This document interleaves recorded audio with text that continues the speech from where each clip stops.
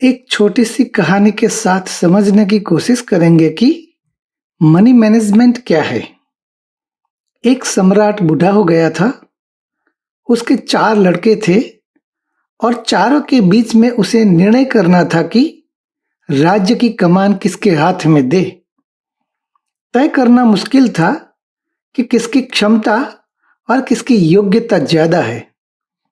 सम्राट ने एक बूढ़े किसान से पूछा कि मैं कैसे तय करूं कि कौन सा युवक राज्य को संभाल सकेगा और विकसित कर सकेगा।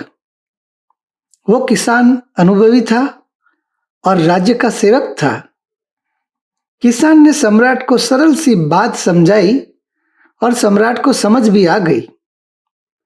एक दिन सम्राट ने अपने चारों बेटों को बुलाया और सबको एक एक बोरा गेहूं का भेंट किया और कहा, इन्हें संभाल के रखना। मैं तीर्थ यात्रा पर जा रहा हूं।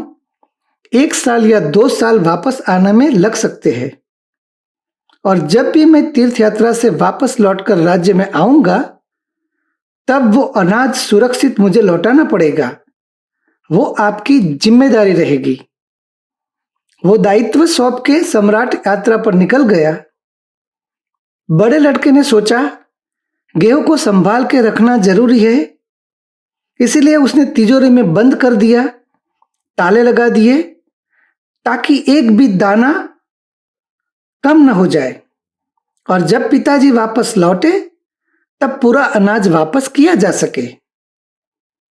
दूसरे लड़के ने गेहूं का बोरा एक व्यक्ति को उधार देते हुए कहा, जब भी मुझे जरूरत पड़ेगी तब मुझे वापस कर देना। तीसरे लड़के ने सोचा कि दाने तिजोरी में बंद करके रखेंगे तो दाने सड़ जाएंगे।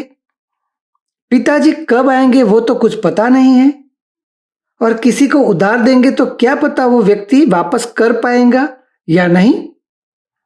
वो सोचकर तीसरे लड़के ने गेहूं के दाने खेत में फिकवा दिए ताकि उनमें से फसल हो और उससे पिताजी को वापस कर सके।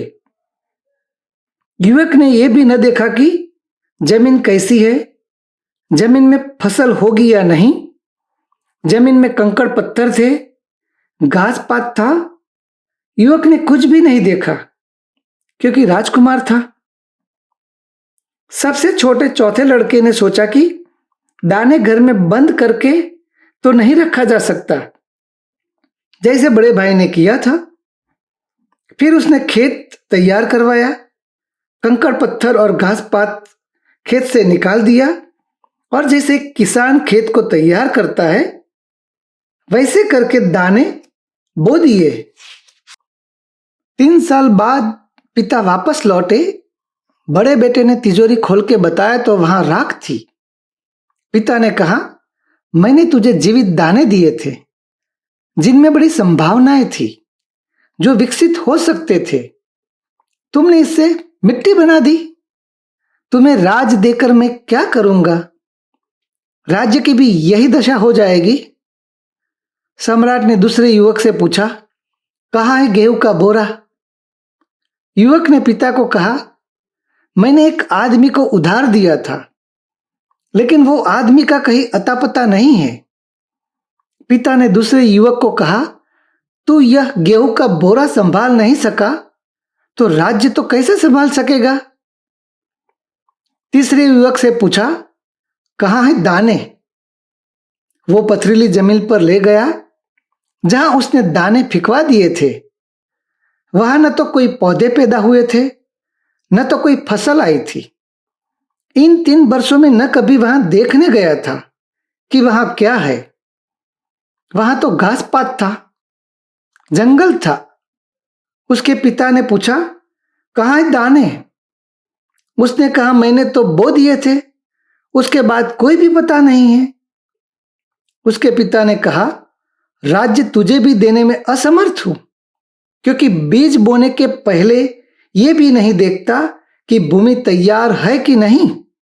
राज्य के साथ क्या करेगा वो भी एक सवाल है। सम्राट ने अपने चौथे लड़के को पूछा कि क्या हुआ? लड़का पिता को खेत पर ले गया। पिता देखते ही दंग रह गए एक लहराता हुआ खेत देखकर जिसमें जिंदगी थी। जितने दाने पिता ने दिए थे उससे 1000 गुना फसल हो गई थी।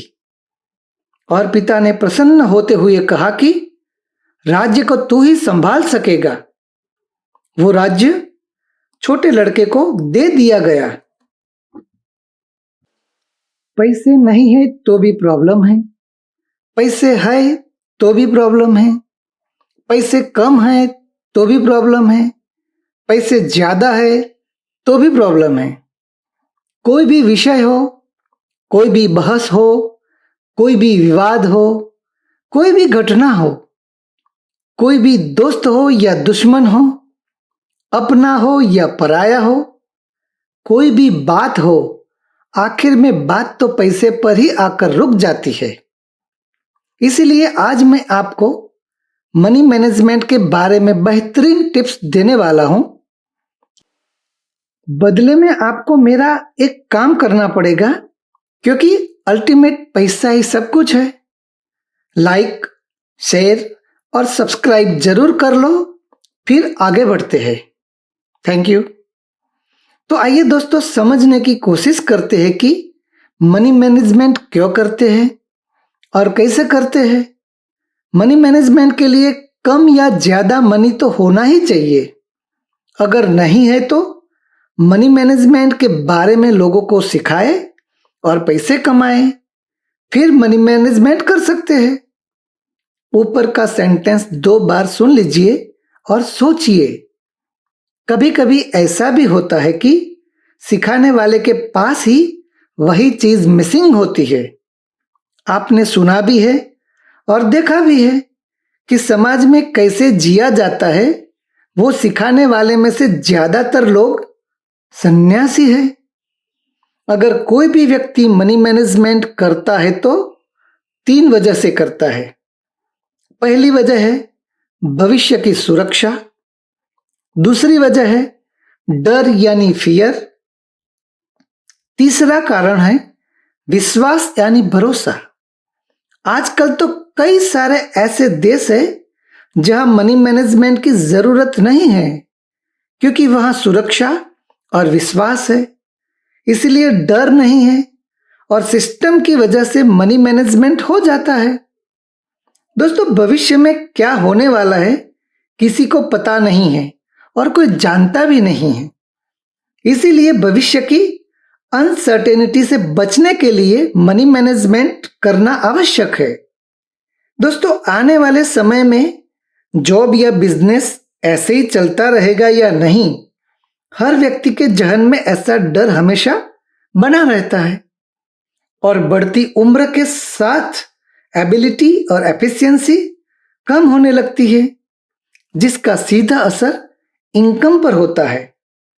हर व्यक्ति को कोई भी क्षेत्र में सबसे बड़ा कोई डर है तो वो है कंपटीशन। इसीलिए मनी मैनेजमेंट करना ही पड़ता है। मजे की बात तो यह है कि भगवान जब इंसान को बनाता है तब हर इंसान को भगवान कान में कहते हैं, तेरे जैसा कोई नहीं है। इसीलिए हर इंसान यही समझता है कि मेरी आने वाली पीढ़ियां कुछ नहीं कर पाएगी, मुझे सब कुछ करना पड़ेगा क्योंकि मेरे जैसा कोई नहीं है। इसीलिए इंसान पैसे इकट्ठे करने का और पैसे संभालने का रास्ता निकालता रहता है। इंसान को किसी पर विश्वास और भरोसा नहीं है, इसीलिए मनी मैनेजमेंट करना पड़ता है। दोस्तों, कर्ज मुक्त जीवन के लिए और मन की शांति के लिए मनी मैनेजमेंट करना बहुत आवश्यक है। मनी मैनेजमेंट का मतलब है एक उत्कृष्ट जीवन के साथ आमदनी कैसे बढ़ाए, खर्च कैसे करे और बचत कैसे करे। एक बात समझने जैसी है कि आप जहां रहते हैं वह शहर में या तो वह गांव में, यानी कि आपके आसपास में एक फैमिली को 10,000 रुपये प्रति महीने जीवन निर्वाह करने के लिए काफी हो जाते हैं और दूसरे फैमिली को 1,00,000 रुपया भी नकाफी है। अब हम मेन टॉपिक पर आते हैं कि मनी मैनेजमेंट कैसे किया जाता है। दोस्तों, आपकी जितनी भी आमदनी है, यानी कि साल भर में जितनी भी कमाई करते हैं, उसमें से 5% डोनेशन करना जरूरी है, क्योंकि डायरेक्टली इनडायरेक्टली आप भी डोनेशन लेते हैं।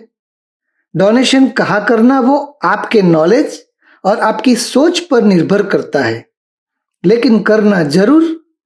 दिखाई नहीं देगा, लेकिन फायदा ही फायदा है। Light bill, mobile bill, gas bill और टैक्स बिल जैसे छोटे छोटे बिल में आपका 5% खर्च हो जाएगा। 10% रिजर्व फंड में ट्रांसफर कर देना है, जो आप आकस्मिक जरूरत पर काम ले सकते हैं। जब तक अति आवश्यक जरूरत न हो, तब तक रिजर्व फंड को भूल जाना है। दोस्तों, एंटरटेनमेंट और ट्रैवलिंग में आपको 10% खर्च कर ही देना है। एंटरटेनमेंट और ट्रैवलिंग की परिभाषा कुछ भी हो सकती है, ये आपके शौक और रुचि पर निर्भर करता है।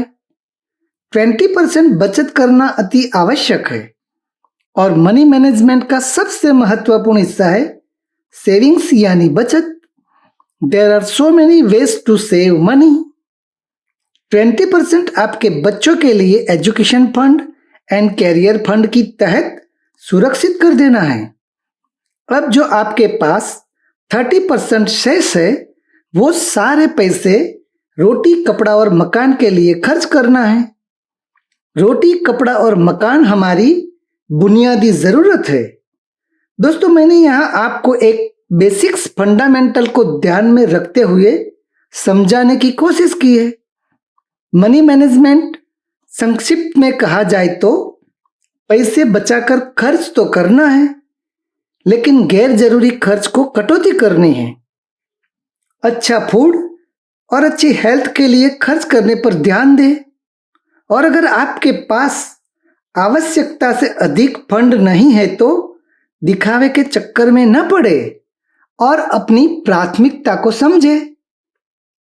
नेक्स्ट वीडियो का सब्जेक्ट रहेगा रिलेशनशिप मैनेजमेंट। तब तक के लिए मुझे आज्ञा दीजिए। थैंक यू, टेक केयर, जय हिंद।